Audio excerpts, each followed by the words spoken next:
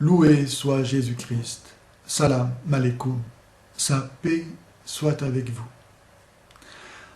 On ne trouve pas dans la jurisprudence musulmane, jusqu'à la fin du IXe siècle, de référence faite au Coran. Ce qui signifie que jusqu'à cette date-là, le Coran n'était donc pas la source de la vie musulmane, la source de la foi des musulmans. Et de fait, on ne trouve pas d'exemplaires du Coran antérieurs à cette date-là. C'est dire que le Coran a eu une élaboration lente et laborieuse. Et le Coran lui-même garde la mémoire de ce travail de rédaction laborieux et incluant des relations étrangères. Par exemple, nous lisons à la sourate 25, verset 4. Les incrédules disent « Ce livre n'est qu'un mensonge qu'il a inventé, d'autres l'ont aidé à le faire. » Ou bien, à la sourate 25, verset 6, ils disent « Ce sont des contes d'anciens qu'on écrit pour lui, on les lui dicte matin et soir. » Et de fait, c'est vrai que dans le Coran, on voit l'influence de traditions étrangères, de plagiat. Par exemple, concernant le judaïsme, il est patent, évident, que nous retrouvons le vocabulaire et les vues doctrinales propres au judaïsme, que ce soit l'affirmation du monothéisme, de la révélation écrite, de la création, ou bien des lois morales, cultuelles, cérémonielles, alimentaires, propres au judaïsme, mais encore des influences, des commentaires même juifs, que ce soit le Talmud ou d'autres commentaires. Par exemple, à la sourate 15, verset 44, il est question de l'enfer qui est divisé en 7 demeures avec 7 portes. Et cela se trouve littéralement dans le commentaire du Zohar au livre 2 et au chapitre 150. On trouve aussi des influences venant des sectes chrétiennes, des hérésies chrétiennes, qui s'étaient largement répandues en Arabie au temps de Mohammed, que ce soit le monophysisme, pour qui les deux natures du Christ s'étaient mélangées, et ce qui faisait du Christ finalement une espèce de monstre qui n'est ni Dieu ni homme.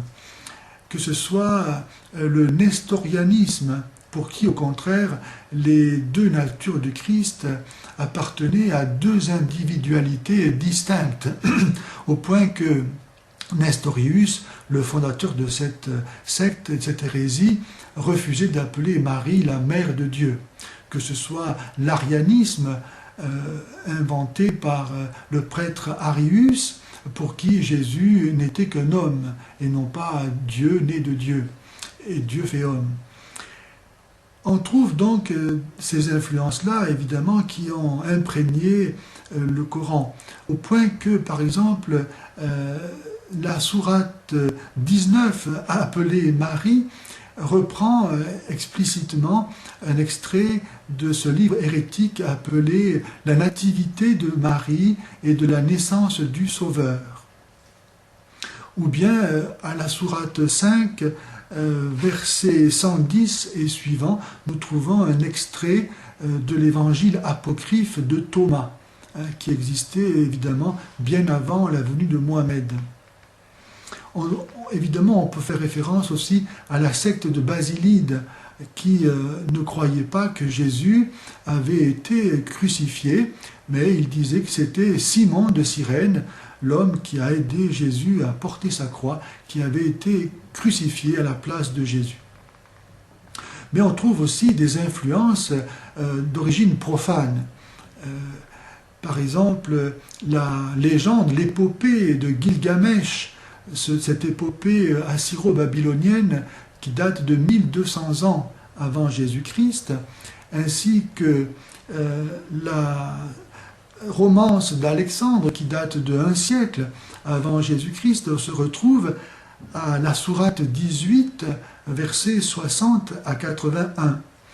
La légende des dormeurs d'Éphèse qui est apparue vers la fin du 5e siècle, qui s'était répandue dans tout le Moyen-Orient et même jusqu'en Europe, se retrouve dans le Coran à la sourate 18, 9 à 25. Ainsi, tous ces emprunts et ces plagiats divers expliquent le caractère décousu du texte sacré du Coran qui ne manque pas d'apparaître à la lecture, au moins dans un premier temps. Ce caractère décousu se retrouve dans le fait que les phrases se succèdent sans lien nécessaire entre elles, et les affirmations pareillement, ce qui conduit à des contradictions. Loué soit Jésus-Christ. Salam alaikum. Sa paix soit avec vous. On ne peut pas étudier sérieusement le Coran de façon complète sans tôt ou tard tomber sur ces fameux versets sataniques. Pour en parler, je me référerai aux commentaires du Coran fait par Al-Tabari, ce grand théologien arabe mort en 923 à Bagdad. Et voici ce qu'il dit. Puisque le prophète de l'islam s'était aperçu du fait que la tribu des Korachites était réticente à son égard, et puisque cela lui fut pénible à supporter, il souhaita que quelque chose lui vînt de la part de Dieu, pour les rapprocher, les Korachites, de lui. Et au même moment où il avait cette idée, Dieu lui a révélé les versets suivants, que nous trouvons à la sourate 53, qui commence comme cela. Par l'étoile, lorsqu'elle disparaît, votre compagnon n'est pas un égaré, il n'est pas dans l'erreur. On voit que ce n'est pas Allah qui parle, ici. Que le Coran, ici, n'est pas la parole d'Allah, car Dieu ne peut pas jurer, ne peut pas invoquer une autorité supérieure à la sienne. C'est donc Mohammed qui invoque l'autorité de l'étoile qui disparaît, et non pas celle de Dieu, pour faire son serment, pour assurer que ce qu'il va dire est vrai. Par l'étoile, lorsqu'elle disparaît, votre compagnon n'est pas un égaré, il n'est pas dans l'erreur. On voit là que, pour le moins, il fait une concession à l'esprit idolâtrique de ceux à qui il va s'adresser. Et de fait, les fameux versets sataniques viennent un peu plus loin, au verset 19 et 20, car ce n'est pas la seule fois dans le Coran que Mohammed fait des serments en se référant, en invoquant l'autorité de quelque chose qui n'est pas Dieu. Au verset 19 et 20, Al-Tabari nous dit que Mohammed a voulu reconnaître le caractère éminent des idoles, des Korachites, qui s'appelaient Al-Lat, Al-Uzza et Manat, et reconnaître leur intercession. C'est ce qui est écrit, versets 19 et 20. Alors évidemment, ça a posé problème à Mohammed plus tard.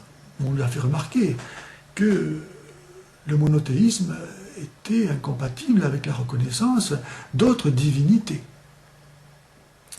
Et alors, c'est Allah qui va venir un peu plus tard le tirer d'affaire en révélant le verset suivant que l'on trouve à la sourate 22 et au verset 53, que je lis. Nous n'avons envoyé avant toi ni prophète ni apôtre sans que le démon intervienne dans ses désirs. Mais Dieu abroge ce que lance le démon. Donc on voit que Allah, ici, au verset 53 de la sourate 22, reconnaît qu'il y a eu des versets d'origine démoniaque. Évidemment, ça ne peut pas ne pas troubler la conscience de qui entend cela.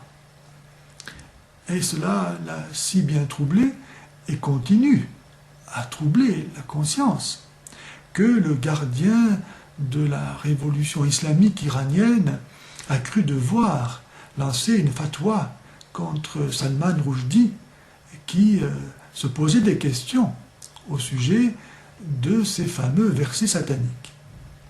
Mais en lançant cette fatwa, est-ce que le gardien de la révolution islamique pouvait davantage montrer son impuissance à répondre à ces questions?